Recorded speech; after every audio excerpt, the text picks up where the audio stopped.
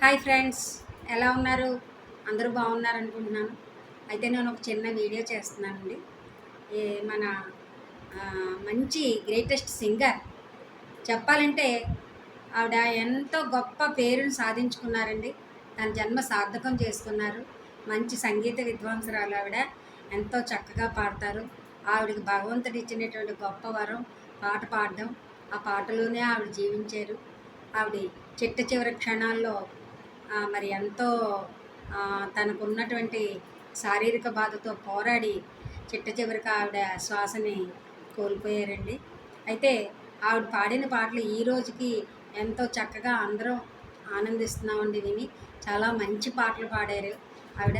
అందులో అందరికీ చిన్నపిల్లల దగ్గర నుంచి పెద్దవాళ్ళ వరకు ఒక పాట బాగా ఇష్టం అండి.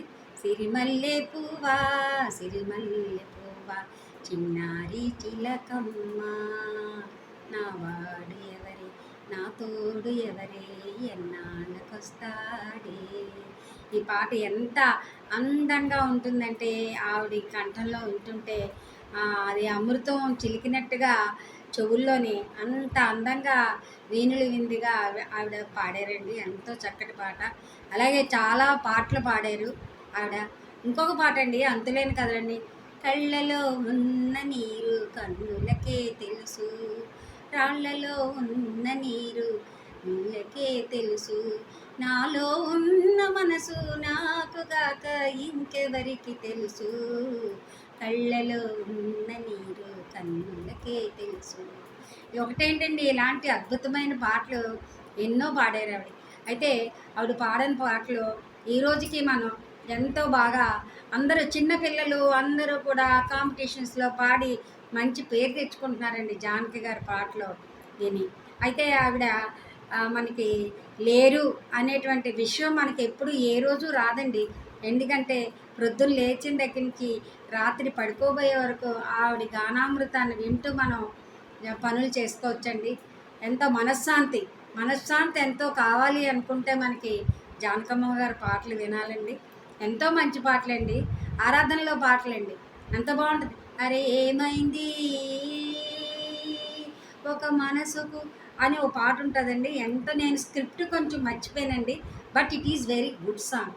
అది ఆ పాట ఎంతో చక్కగా పాడింది ఆవిడ. అసలు నేను ఈ రోజుకి కూడా ఆ పాట అంటే నాకు చాలా ఇష్టమైందండి. ఇష్టమైన పాట. ఆవిడ పాడిన పాటలు ఒకటేంటండి, చాలా ఉన్నాయి చెప్పుకోపోతే. కాకపోతే సమయానికి నాకు గుర్తు రావట్లేదు. నెక్స్ట్ టైం ఎప్పుడైనా మళ్ళీ ఇంకో వీడియో చేసేటప్పుడు నేను కొన్ని పాటలు ఇలా మీకు గుర్తు చేస్తానండి. అయితే ఆవిడ మనసుకి శాంతి కలగాలని, భగవంతుడు మంచి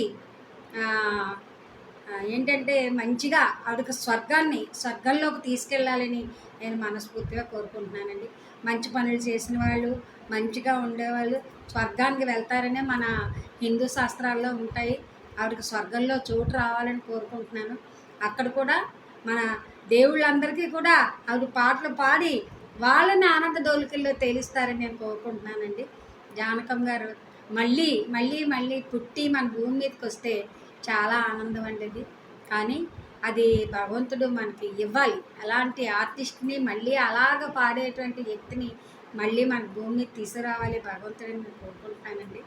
జానకమ్మ గారి మనసుకి శాంతి కలగాలనేసి నేను కోరుకుంటున్నాను. ఆవిడ ఆత్మకి శాంతిగా ఉండాలనేసి మరొక్కసారి హృదయపూర్వకంగా నేను కోరుకుంటున్నానండి. జై.